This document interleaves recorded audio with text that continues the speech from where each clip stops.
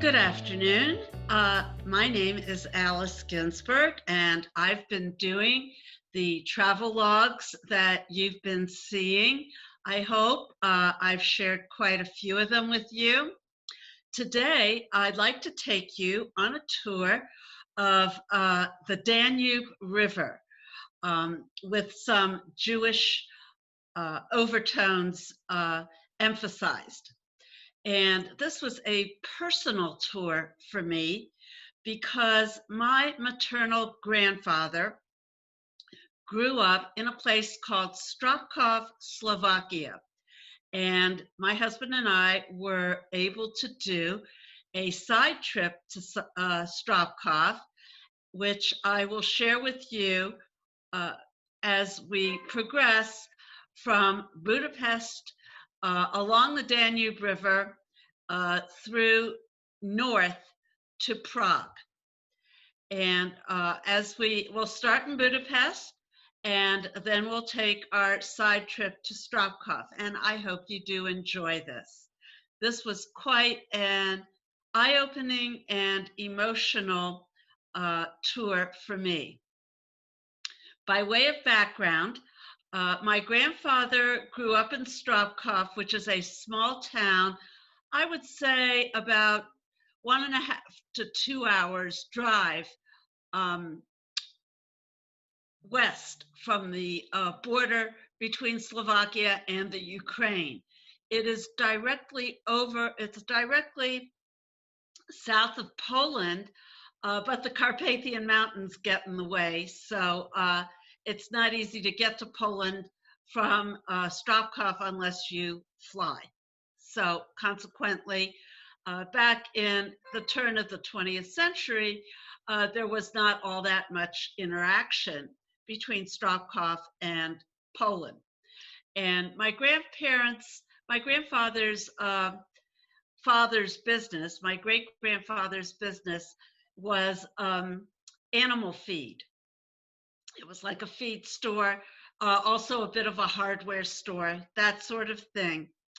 And at the beginning of the 20th century, when the Austro-Hungarian Empire began to legislate edicts which were unfavorable to Jews, my great-grandfather decided to leave his eldest son in charge of the family in Stropkov and take my grandfather, who was the second oldest, with him, and they came to the U.S. They were very proud of the fact that they came second class and not steerage. They arrived in the U.S. Somewhere around 1905, 1906, something like that. And they eventually brought the rest of the family, which was a very large family, as you can imagine. They brought them over to the United States one by one as they could. My great-grandparents settled in northern New Jersey. The last family member actually came to the U.S. in 1921 after World War I and the Spanish flu epidemic. So my grandfather, whose name was Morris Weinberger, settled in the anthracite coal region of northeastern Pennsylvania.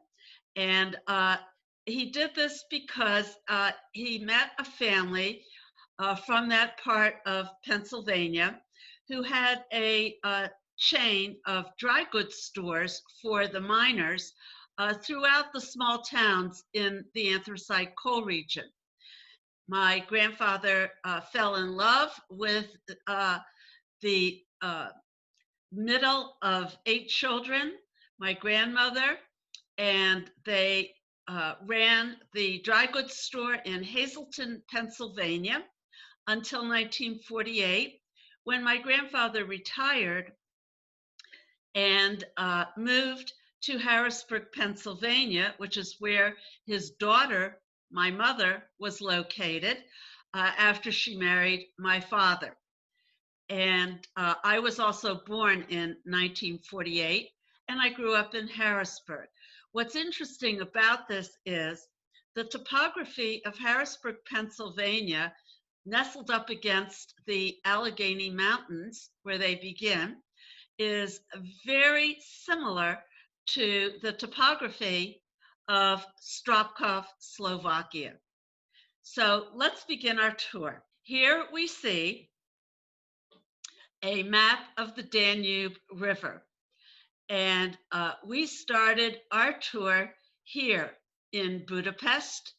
And this was a river tour, and it went from Budapest to Bratislava, to Vienna, to Linz, to Passau, to Regensburg, up to Nuremberg. And it went through the Wachau Valley, which is very historical and very picturesque. When we got to Nuremberg, we boarded a bus and went on to a place called Karlovy, and that's sometimes known as Carlsbad. And I have pictures of that for you too. And then we went on from Karlovy, we went on to Prague. I was supposed to take a tour this summer from Romania and Bulgaria and Serbia. We were supposed to go to the Iron Gates, Vidin. We were to go to Svistov and Silistra and up to Galatz. But of course, that whole thing was canceled due to the COVID pandemic. It's been rescheduled for July of 2021, and we do hope to go then. So again, this tour today will be from Budapest, going northwestward to Nuremberg, and then on to Karlovy and Prague. Our first picture here is the Baroque palace, which was used as a summer retreat of the Emperor Franz Joseph and Queen Elizabeth. And, and later, after the Austro-Hungarian monarchy was deposed after World War I, it was used by Prime Minister Horthy between World War I and World War II. It's located in a suburb of Budapest. At the time, it was a distinct town, as you can imagine. Budapest has expanded through the decades here. But the town was called Gödöllő, Hungary. This palace was built in the mid-1700s, and it hosted the Austro-Hungarian Empress Maria Theresa, whom you may remember was the mother of Marie Antoinette.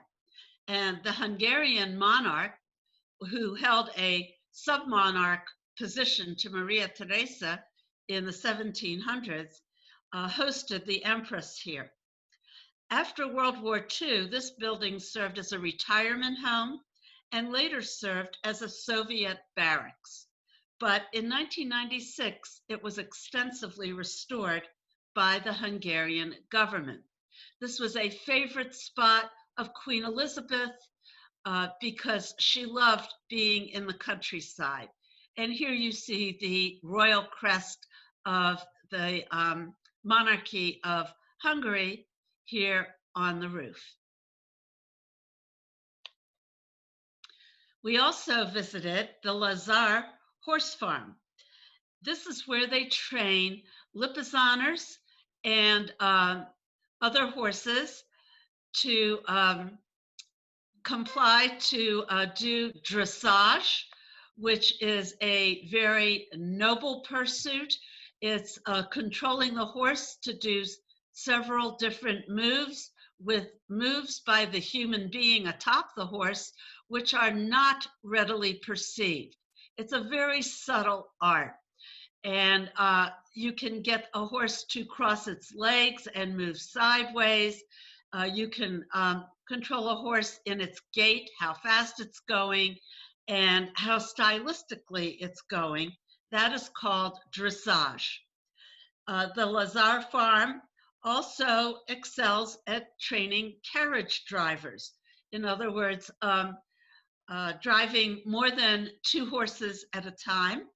And they have garnered trophies from all over Europe, spanning decades of championships. I counted something like 25 or more horses in the pasture here at the farm, and that included Lipizzaner stallions. And here we have a very good specimen of a Lipizzaner stallion. The lady aboard the horse is dressed in period costume as Queen Elizabeth might have dressed. Here she is doing dressage with her horse. Carriage driving.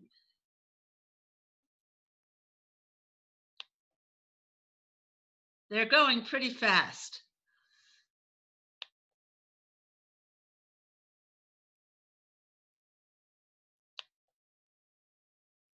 And here's an array of horsemanship. You see the carriage driver, you see the lady on the Lipizzaner stallion, and a couple of other horsemen in period costume. Here are some of the trophies that the Lazar farm has won all over Europe. I had something like 5 pictures of trophies like this, all different cabinets. Here are the carriages that they drive in their competitions. Here's a period costume that they use during their competitions. The Lazar farm is quite famous worldwide. And it was autumn, so my husband took this picture of me at the entrance to the Lazar farm because the leaves were so gloriously golden. And now we are in Stropkov. This is the church in Stropkov. Ironically, all the buildings in Stropkov were razed to their foundations, and communist-style buildings, excuse me, communist-style buildings were built on the original foundations. The only building which was left untouched was the church, which of course was the one building my grandfather probably never entered. Now, to get to Stropkov, we had to go to the local train station in Budapest, the Koletny station, and we took a 3.5-hour train ride to a place called Košice in Slovakia. And that is where we met our guide, Branislav, who was a 27-year-old PhD, and his PhD was in tourism management. From there, from Košice, it took us another 1.5 hours to drive to Stropkov. Now, the basic home in Stropkov is made of stucco and concrete squares. I would say approximately 1,500 to 2,000 square feet. Everything is the same style with the same front yards and so on. It's very boring, to tell you the truth. But the church is pretty fantastic. Remember, this is a small town back in the turn of the 20th century of maybe 20 to 30,000 people. This is the interior of the church. We were very lucky. There was a couple that was having its baby baptized, and we were able to enter the church. Normally it is closed, but it was open on this day. And as you can see, it's pretty ornate. Yeah, really ornate. And that is the organ in the church. It's a pretty massive organ. And here you see me, I'm talking to Branislav, our guide.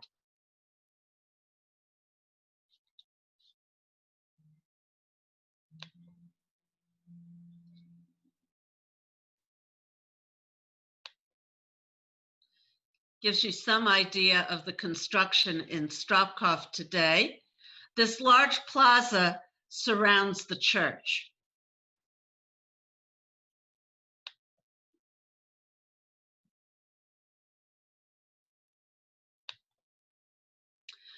Okay, so after stopping 3 people to ask for directions, we found a small Jewish cemetery that dates from 1812. It's the old cemetery of Stropkov, but it's very difficult to explain. There were 2 cemeteries in Stropkov because one got filled up, and then what they call the old cemetery of Stropkov is located in the nearby town of Tissinek, which is what this sign tells you. Okay, Tissinek is a few kilometers away from Stropkov. The cemetery that we found in the actual town of Stropkov was overgrown and not very well kept. When we went to Tissinek, we found something very different. This is the cemetery we found in the town of Stropkov. It's my husband and myself. And this is what it looks like. It's overgrown. The tombstones have been pretty much wiped clean. And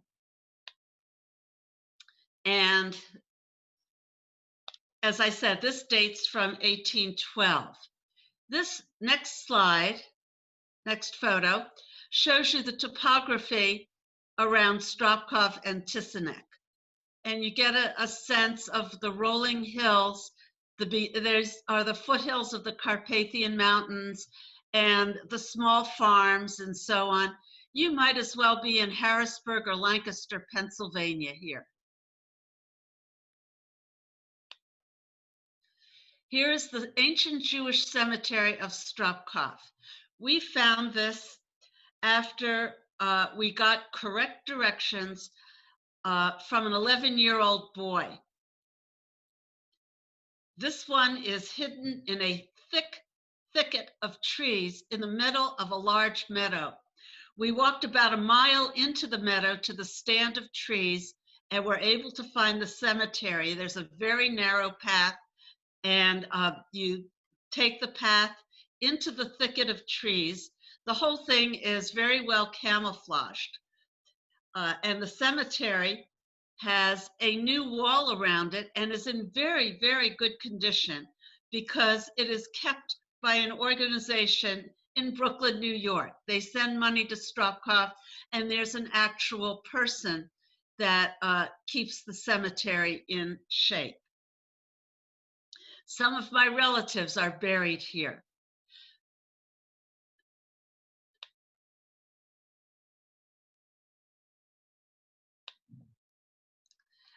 Now, you might remember there was this picture. Let's see. Yes, Rabbi Chaim Yosef Gottlieb passed away in Stropkov, and he was the famous Stropkover Rav, the Stropkover rabbi. And there was a dynasty of Stropkover rabbis.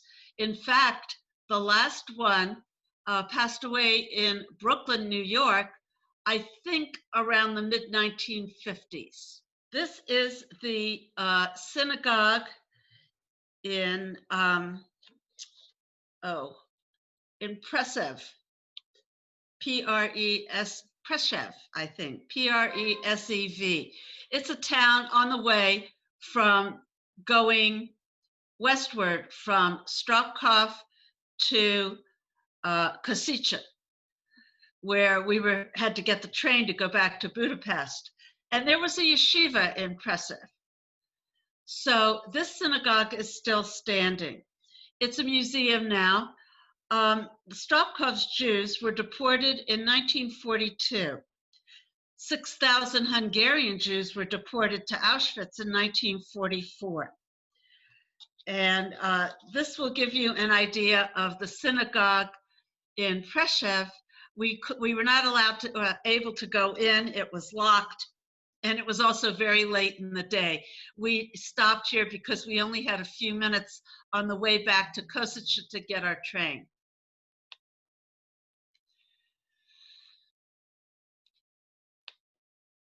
But you can see that it was fairly well kept and fairly ornate. And there was a thriving Jewish community in Eastern Slovakia. I mean, think about Košice, Prešov, Stropkov. Košice is a fairly large town because it's on the rail line, but Prešov and Stropkov were not really large cities. They were, I would say they were large towns. You can see that this building was built in 1897 to 1898. And here's a memorial to the Jews of Prešov who were deported and perished in Auschwitz. And now we are in Budapest. So this is Heroes Square. And this sculpture is the tribesmen who united Hungary around 896 AD.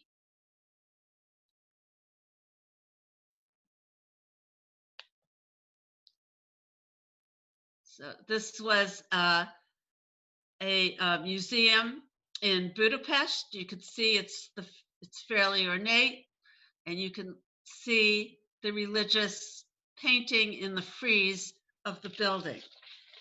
Now, I have to tell you that we did this tour in 2014, and the buildings in Budapest are old, they are Baroque style, they are ornate, but they are peeling and severely in need of maintenance. We were told by our guide that there is quite a difference in the population between the older people who lived under communism and are used to being told what to do, and the younger generation, which is impatient and entrepreneurial and anxious to innovate. And they are not so happy to do only what they are told. Might sound familiar to you. The younger people are leaving Budapest, but among those who are staying, there is a low birth rate. We were told that a 500 to 600 square foot apartment in Budapest would sell for about $200,000.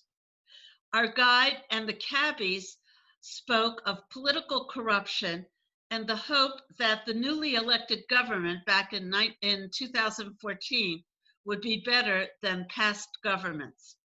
However, Jews in 2014 were concerned because the new government was very right-leaning, and it still is today.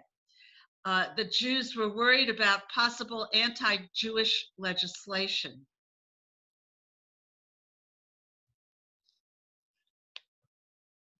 Here's a little close-up view of the heroes of Heroes Square, the tribesmen who united Hungary in 896 AD. This is a photo of the Kossuth Memorial. And this memorial stands in front of the Parliament building. It's dedicated to a former regent/president of Hungary.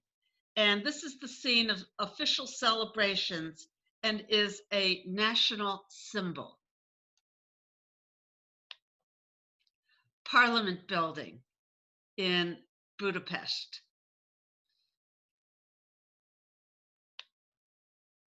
Isn't that something?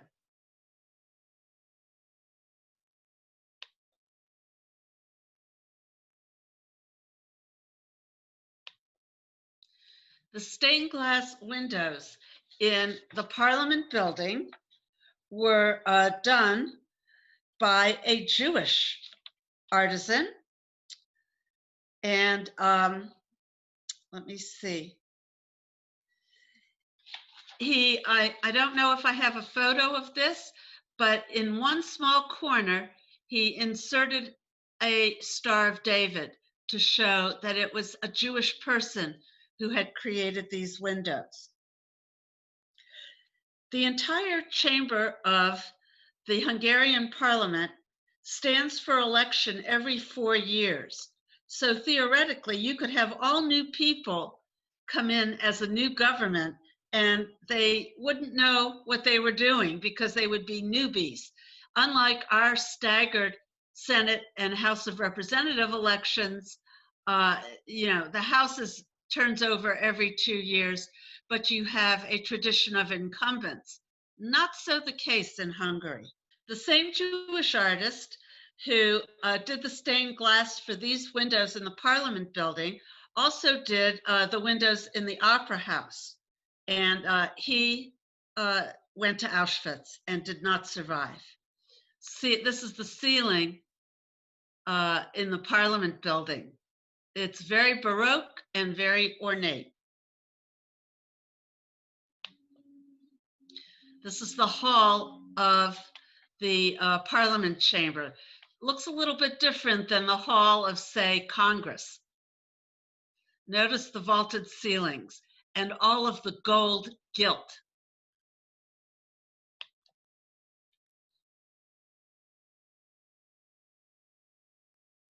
The common people of Hungary. More stained glass windows. These were magnificent. This is the Parliament chamber. These are cigar holders. You're not allowed to smoke in the chamber, and everyone comes out. The legislators come out to discuss, negotiate, and so on in the hallway, and they put their cigars and their cigarettes down while they do it.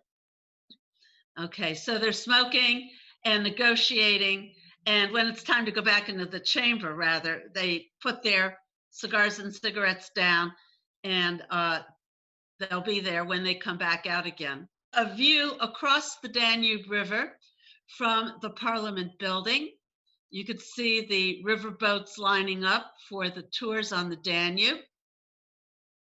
And this is, you're looking from the Buda side of Budapest to the Pest side of Budapest. Oh, I should also mention that my maternal grandfather left Stropkov to attend gymnasium, which is like the high school in Budapest. And then he went on to law school in Budapest. But because his father decided to emigrate to America, my grandfather never finished law school. His son, my uncle, became a lawyer in New York City, and I became a lawyer starting out in Chicago, and then I also had practiced in Michigan, and I spent 36 years practicing law in Texas. The motto of the Hungarian Parliament: for country and liberty.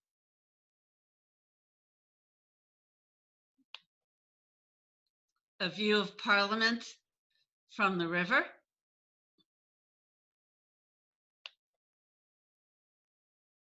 The cathedral in Budapest, a very grand building.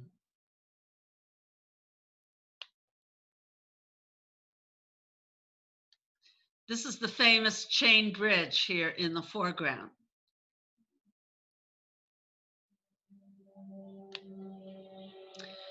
And this is a memorial to the Hungarian Jews who were supposed to be deported to Auschwitz, but because the Russians in World War II were advancing on the city, what the Nazis did was they lined people up on the riverbank and shot them into the river. And this is a memorial to those people.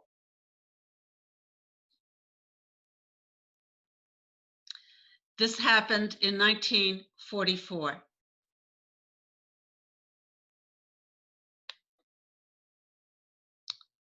A child's shoes. And you'll notice that the flowers are fresh. and of course the memorial stones. The Raoul Wallenberg Memorial. You should be familiar, I think, with Raoul Wallenberg. He was a Hungarian diplomat who forged visas for thousands of Jews to help them escape the Holocaust. This was one of our guides. She's Jewish, and she is showing you what's called a Wallenberg passport. This is a document that would have been forged by Raoul Wallenberg, and her family did escape the Holocaust, and they were not. They all survived. There was special housing for people with Wallenberg passports, located close to the river in Budapest, and they had to keep this document on their person at all times. This is the document for her grandfather. The Doheny Synagogue. Here we are at the second largest synagogue in space, in spatial relationships in the world. The largest one is Emmanuel in New York City, but this is the Doheny Synagogue in Budapest, Hungary.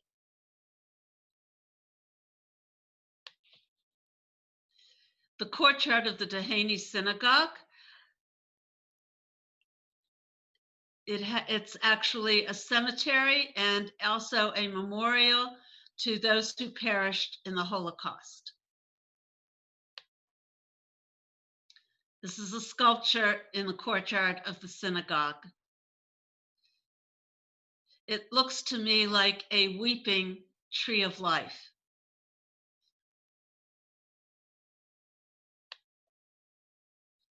The names, there were several of these plaques, the names of people who perished.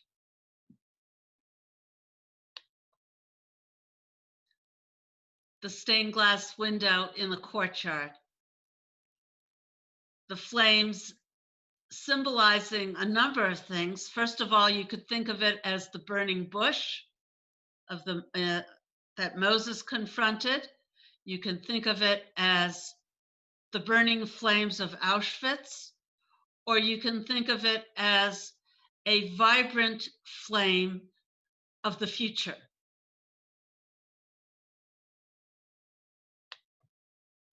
I took this picture because my grandfather's name was Weinberger, and this would have been a memorial possibly to somebody who perished in the Holocaust that was part of our extended family. I should tell you that Weinberger is a fairly common name in Austria-Hungary, but it is quite conceivable that Miklos Weinberger could have been one of my relatives. The inside of the Doheny Synagogue.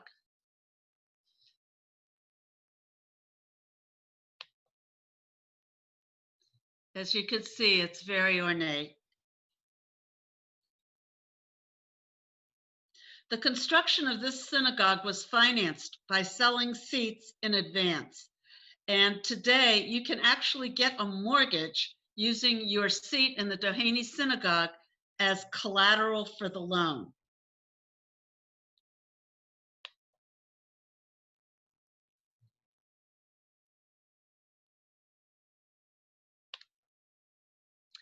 This is myself and a 90-year-old woman named Lucy. She was 90 years old in 2014.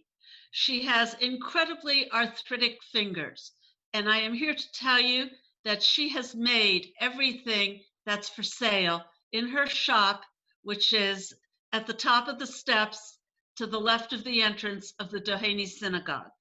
She has also hand-painted all of these plates, and she is the most incredible person you would ever hope to meet.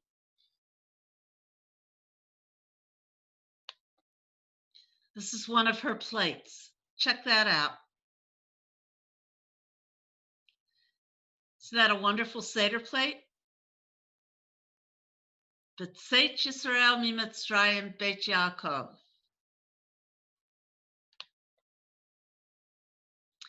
The stained glass windows of the Doheny Synagogue.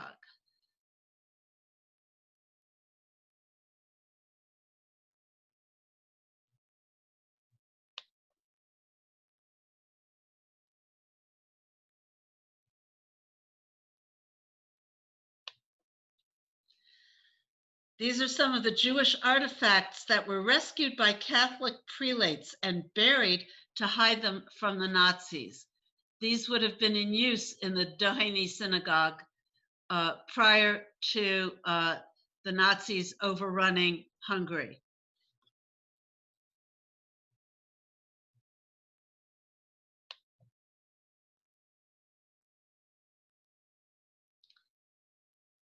Check out that Torah crown.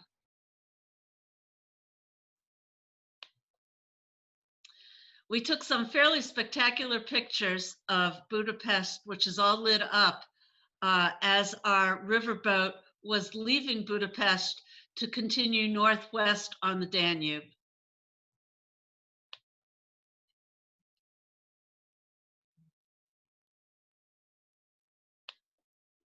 The chain bridge.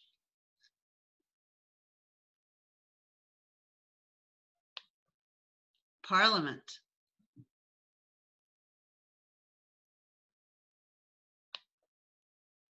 And now we are in Bratislava. This is part of the Czech Republic. The church that you see in the foreground is the church where the Austro-Hungarian emperors and empresses would have been crowned.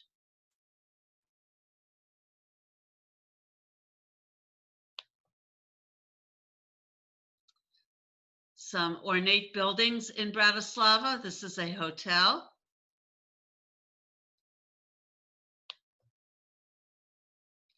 Fountain in the square, and you can see the ornate ironwork on the balconies and the plasterwork, the terracotta plasterwork on the buildings here. This fountain has 3 levels, so they say. The top is for the birds, the middle is for the children to play, and the bottom is for animals.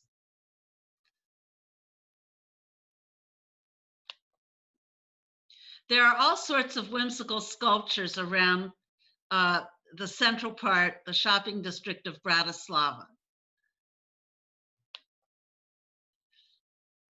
And we saw a lot of shops such as this with the amber for sale. Isn't this a cute sculpture? He's coming out of the manhole, out of the sewer.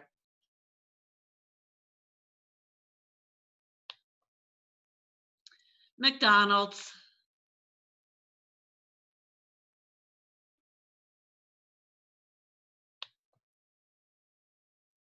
The Opera House in Bratislava.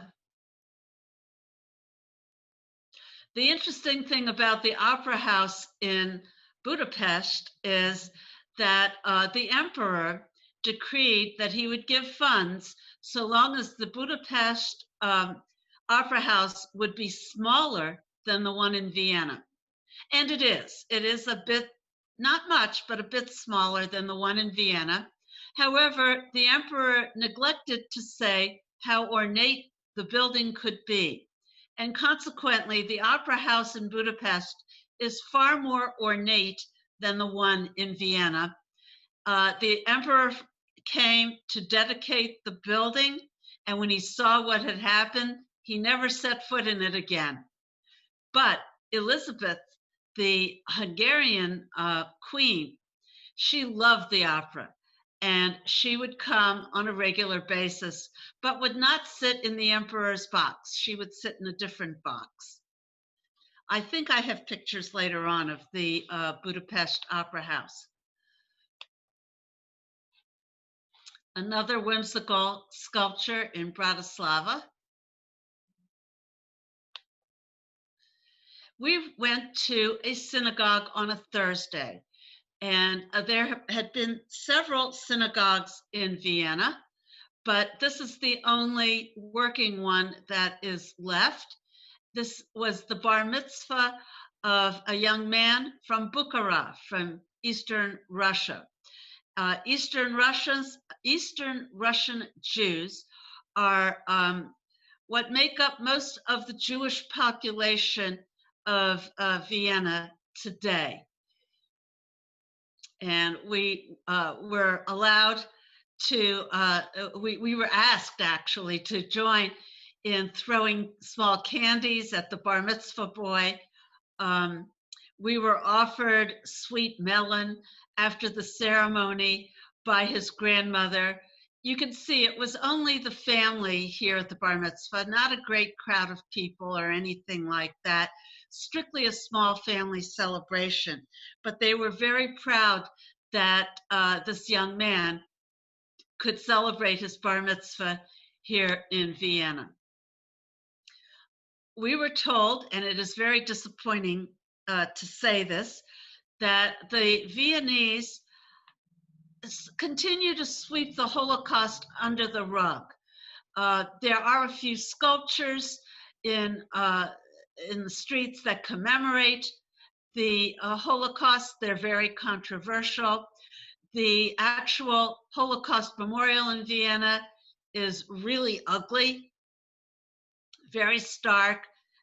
It's basically a square of concrete that is open in the middle, and you can walk into the middle, and that's it, pretty much.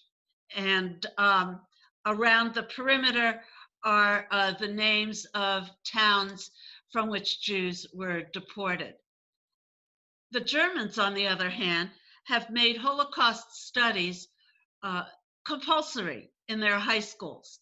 They want students to know what happened, and they want them to be versed in the tragedy so that perhaps it can be avoided in the future.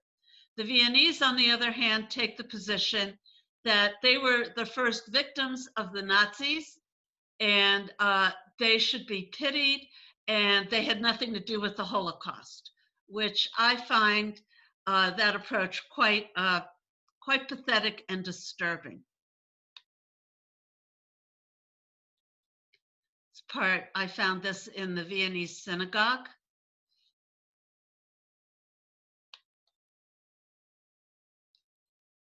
It's in the Jewish Museum, and it lists some of the history of the World War I. A lot of Jewish people fought on the German/Austro-Hungarian side in World War I. Many of them were officers in the German army. And these are families in Vienna who did not survive the Holocaust. Each one of these names represents a family. Buildings in Vienna.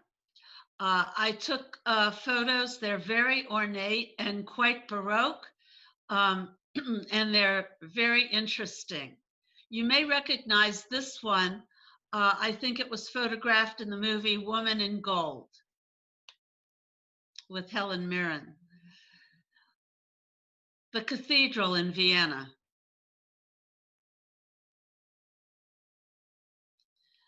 The Catholics do believe in building grand edifices to the glory of God. Street scenes outside the cathedral, and you can see in the background some of these ornate buildings.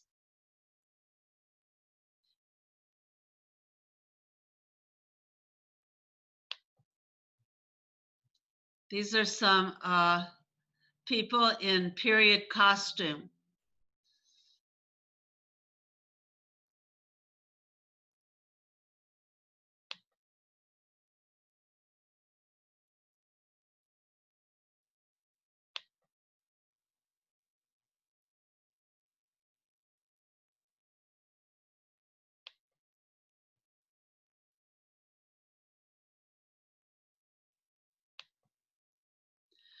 And now we are on the river, on the Danube River, and we're going through the Wachau Valley. Note here in the stone, note the sculpture of the Crusader. Richard the Lionheart was brought here. He was actually imprisoned here. And I will show you the castle, or the fortress, I guess, where he was imprisoned in a later slide. But this valley is very picturesque and very well known for its vineyards. This gives you a good idea of the countryside. The grapes had already been harvested by the time we were going through. This trip was made in early November of 2014.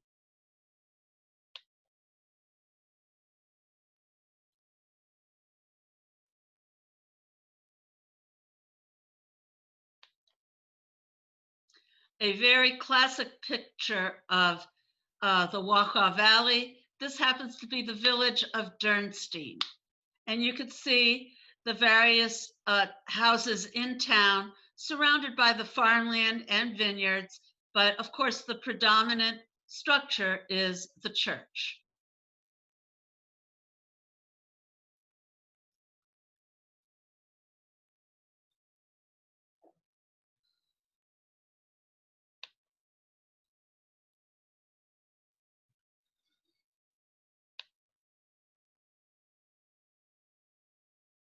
A very old church here in this other town. This is not Dürnstein, this is a different town.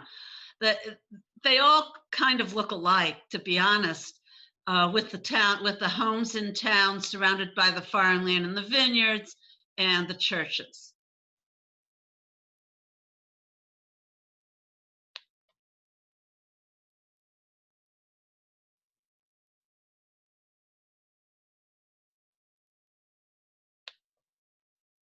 And this is the castle / fortress, the castle fortress, where Richard the Lionheart was kept prisoner.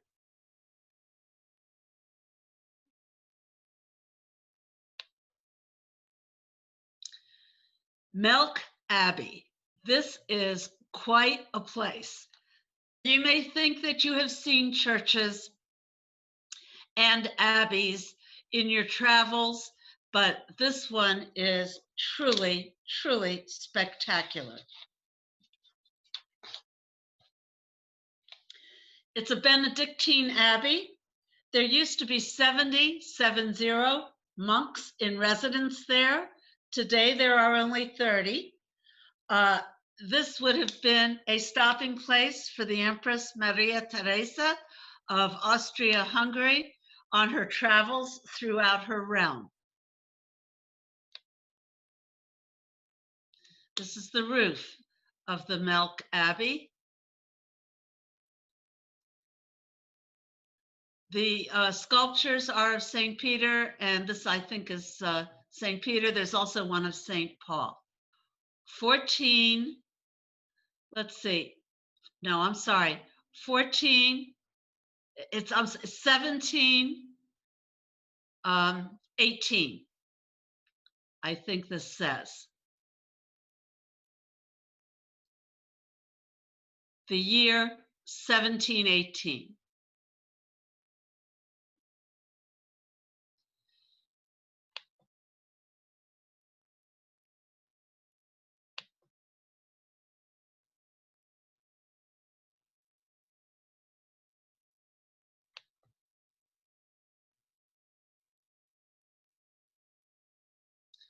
There is a very famous library here full of fairly ancient books, originals, and scriptures, and there's a museum here, and an incredible, the library is absolutely incredible. You're not allowed to take pictures inside the library for fear that flash cameras will damage the books and the bindings. But it's very ornate on the inside. This is a ceiling picture. This is on the ceiling.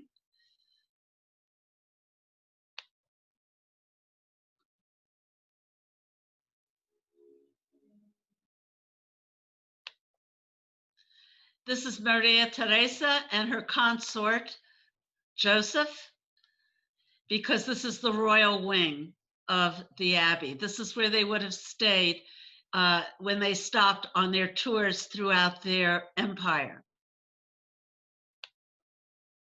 The royal corridor. It's just massive.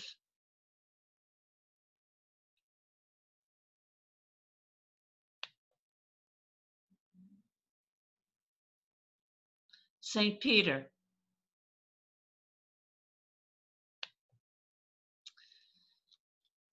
A sarcophagus in the museum.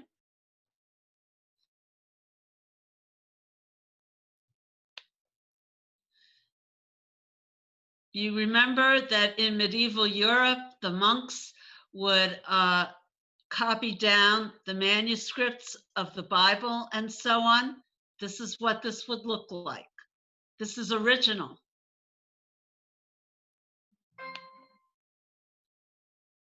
This is a papal bull, papal declaration that is kept here in Milk Abbey. You could see the seal of the Pope.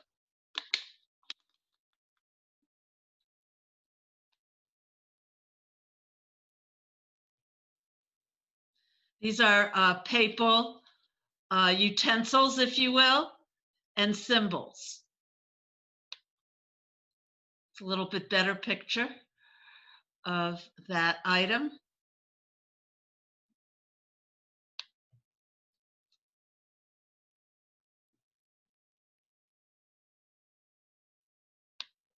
Papal garb.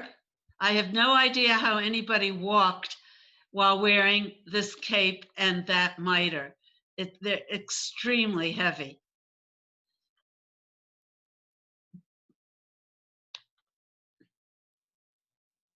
The altarpiece.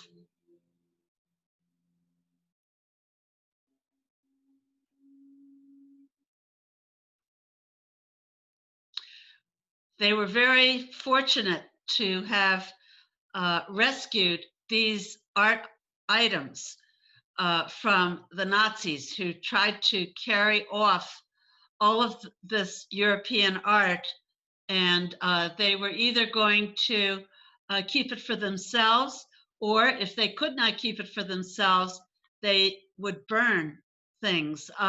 You might be familiar with the movie The Monuments Men, and they rescued an altarpiece from the Belgian town of Ghent, and this is an altarpiece from the Milk Abbey. A model which gives you an idea of what the complex looked like.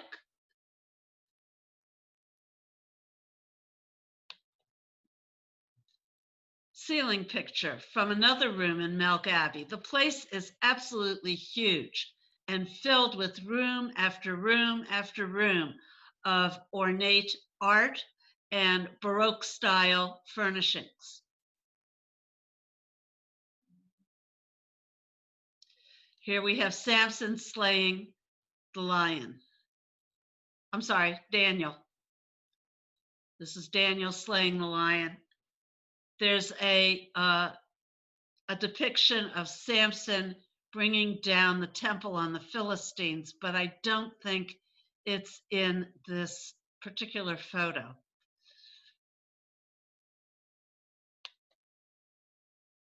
This is the entrance to the library of the Milk Abbey.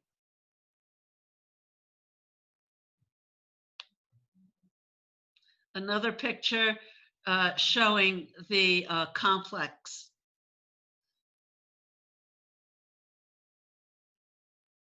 So you can see there was quite a thing here. As I said, an accommodation for somewhere around 70 monks at a time.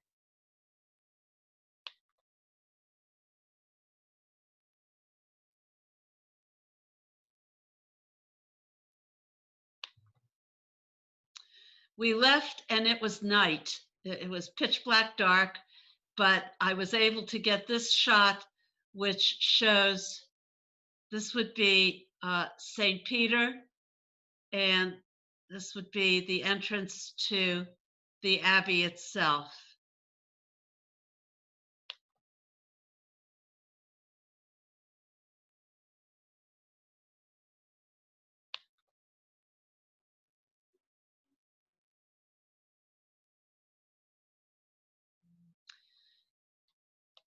This insignia here on the doorpost, these are the insignias of the popes. And the crossed keys, I believe, are St. Peter's insignia. And I think this insignia here at the bottom may be the insignia of the Benedictine order.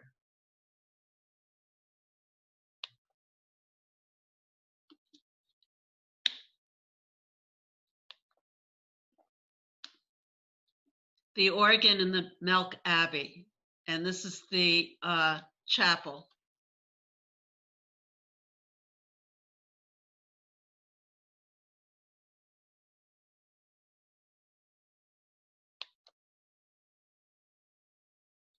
Looking up into the nave. Every inch of this place has some sort of artistic rendering, gold gilt, or sculpture.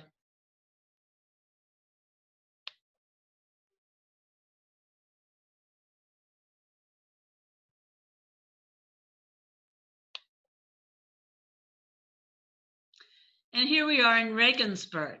After the Melk Abbey, we went modern. And this is the Audi factory in Regensburg. I have photos of some of the old vehicles here. Isn't this lovely? I think this is really spectacular. These are, of course, the modern racing cars.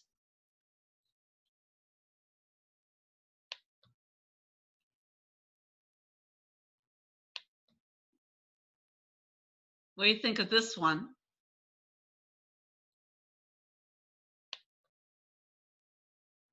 Pretty sleek.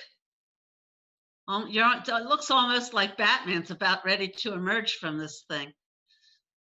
Or maybe James Bond. This is the rally ground where Adolf Hitler held his massive Nazi rallies in the 1930s and 40s. You can see the platform where he would stand. This is also the rally ground where the famous motion pictures of the Nazi rallies were taken. I have to tell you that I visited the courtroom, which was the site of the Nuremberg trials, but they're not really photogenic, to tell you the truth. It's a lot of oak walls and empty chairs, and there's not much else to see. But I think this picture conveys the massiveness and the spirit of the culture that Adolf Hitler was trying to impress upon the world.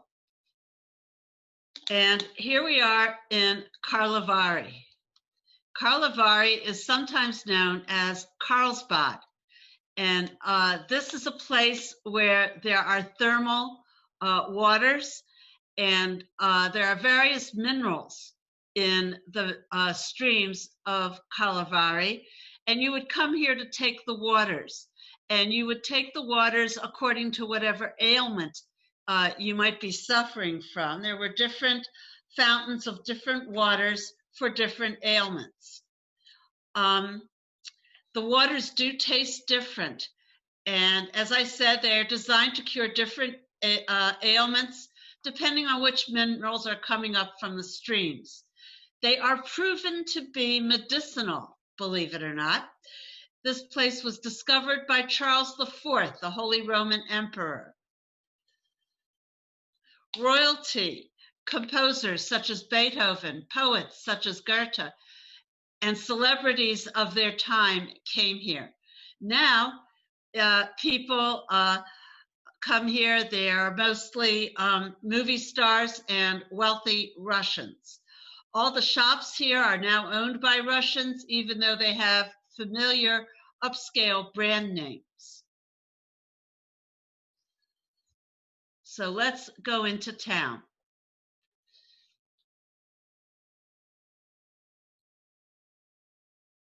See the names of famous poets and authors here.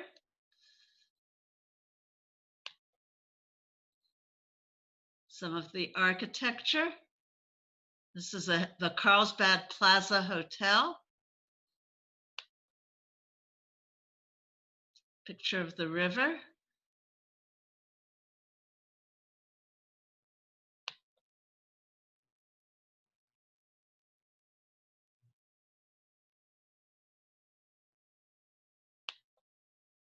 The Grand Pup Hotel. This was the hotel on which the hotel for the Grand Hotel Budapest, the movie, this is the hotel it was patterned on.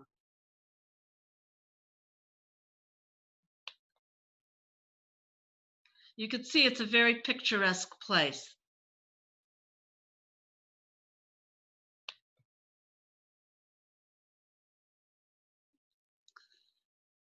(1711 to 1712). Pieter Velligay lived here.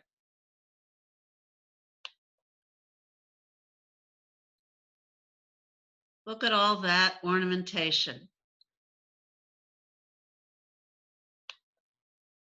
Goethe, 1795.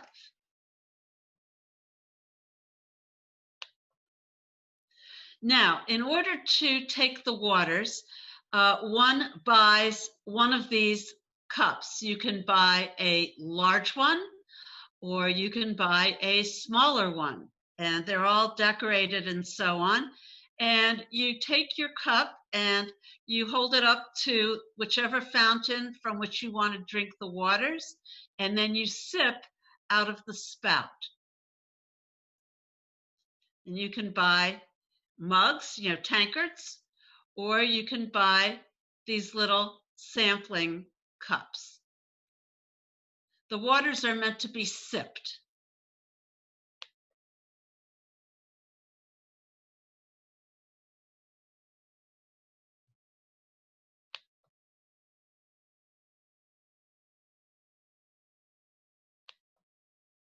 And there I am, sampling the water from one of the fountains.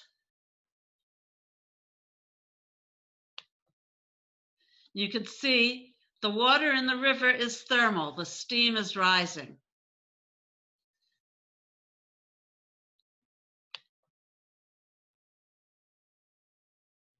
Castle at the top of the hill in Karlovy. The church.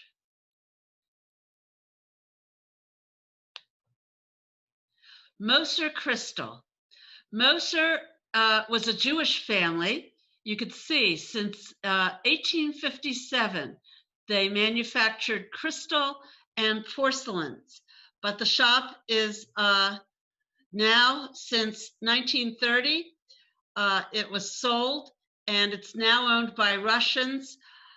Even though after World War II, the Moser family tried to get it back. They tried to get their property back, and they were unsuccessful.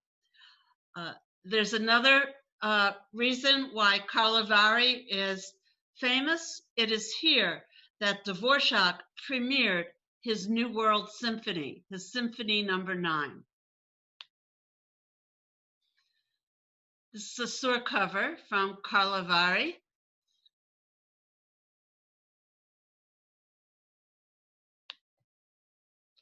You can see how ornate the buildings are.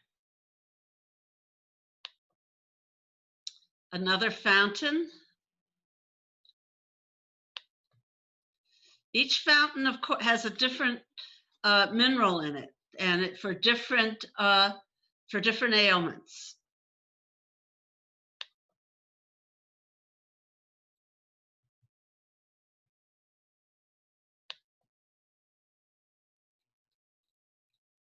It's a Jewish memorial in Karlovy. Although you can see that it also has Catholic prelates on it as well. But the Star of David is quite prominent.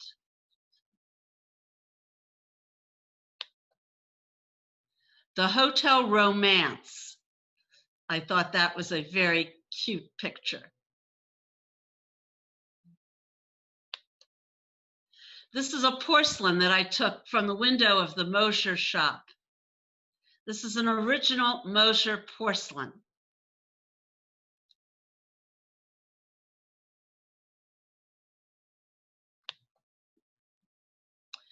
And now we are in Prague. The names of Czech and Moravian Jews, victims of Nazi genocide between 1939 and 1945, are inscribed on the walls of the Pinchas Synagogue in Prague, built in 1530 by Aaron Meshulam Horowitz. The synagogue, where for centuries Prague Jews came to worship, is now a memorial to some 80,000 innocent men, women, and children who have no grave and would otherwise remain forgotten. It also commemorates the 153 Jewish communities in Bohemia and Moravia which were destroyed during the war, as well as other localities where Jews lived before the war. Cemetery in Prague, in the Jewish section.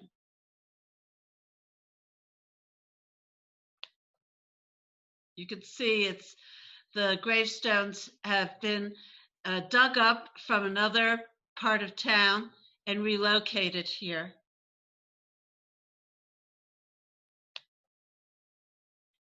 They're pretty much helter-skelter, but at least they are preserved because the graves on which they stood were not preserved.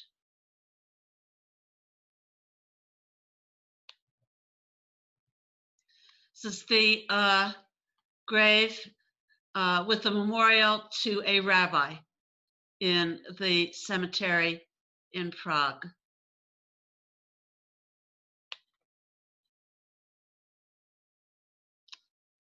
But as you can see, these gravestones were taken from a different place and assembled here helter-skelter.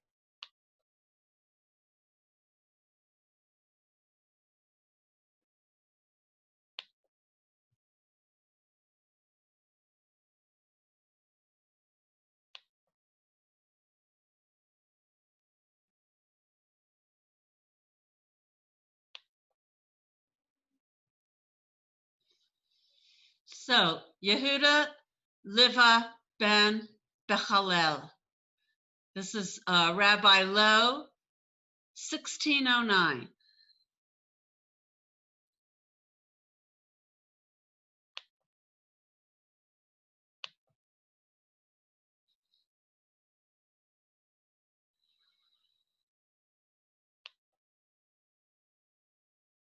This is a synagogue which is in operation today. It has wonderful acoustics, and they also perform concerts in this synagogue because the acoustics are so cool.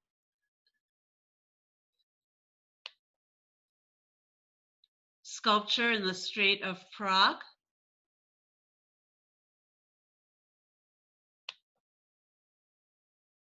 This is a famous church in Prague where on the hour these two statues, they come together and they chime the hour.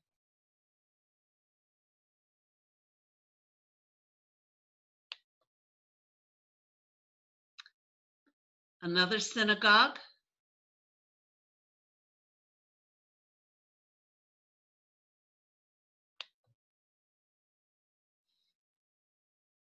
With the weight of the world on their shoulders.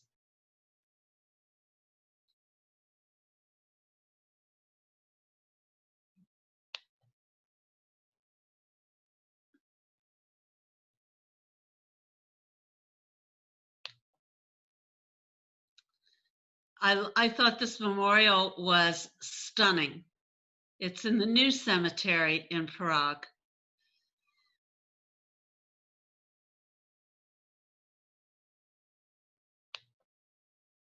Again, these are going to be photos from the new cemetery in Prague.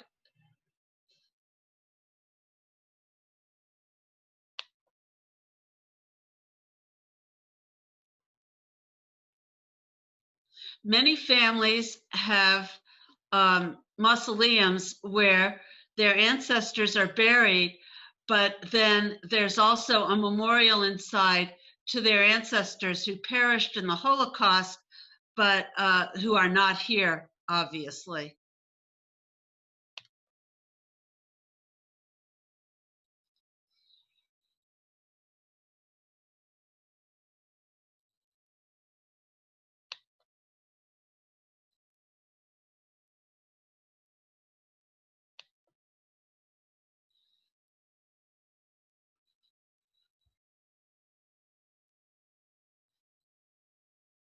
The Lowy family who perished in the Holocaust. And I took this picture so you could see the building for Radio Free Europe, Radio Liberty. During the communist era, this is where radio broadcasts originated.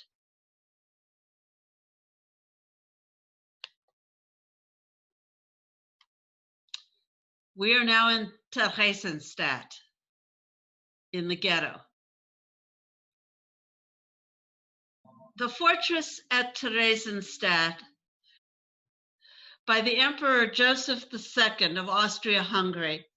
And he built it because he perceived that a foreign threat might be attacking his empire in this part of the world. But the foreign threat that he feared never came. Instead, the Germans used this place to imprison 155,000 Jews, and 35,000 of those perished from disease or starvation. Towards the end of the war, 87,000 Jews were deported from Theresienstadt, of which 3,000 survived. One interesting historical note, that before World War II, the man who assassinated Franz Ferdinand, the heir to the Austrian-Hungarian throne, his assassinator was imprisoned here. And of course, that assassination is what started World War I. These are more graves from the Prague synagogue. I'm sorry, from the Prague cemetery. I'm sorry. This is Theresienstadt. And there are memorials for Christians and for Jews. You can see the Jewish star in the background and the cross in the foreground.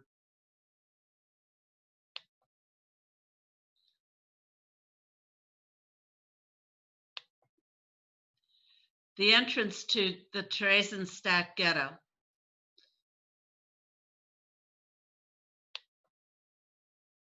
This is the fortress that Joseph II built. It's also where they brought people from Theresienstadt ghetto. They brought them here to intimidate them, torture them, and so forth. It was called the Little Fortress.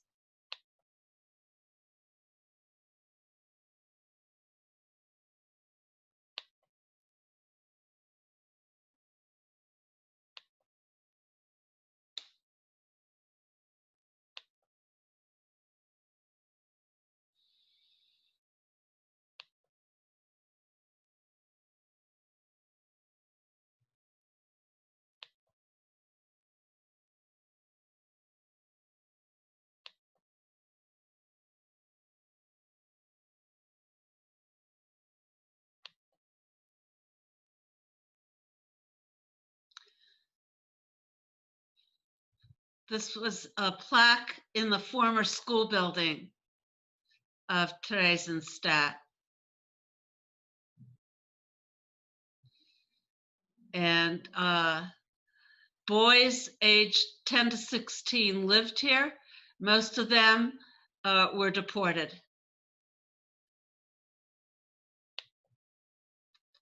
A street in Theresienstadt.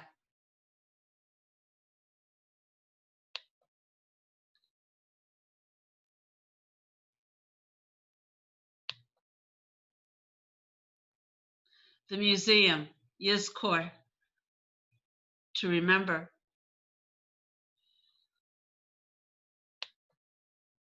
This is a secret synagogue that was in Theresienstadt, which was recently discovered.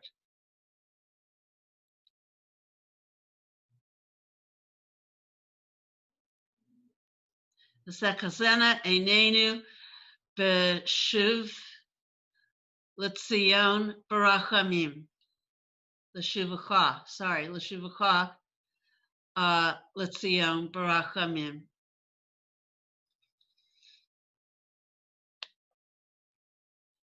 Okay, this is the Opera House in Budapest, and you could see it's small compared to the Vienna Opera House, but it is extremely ornate.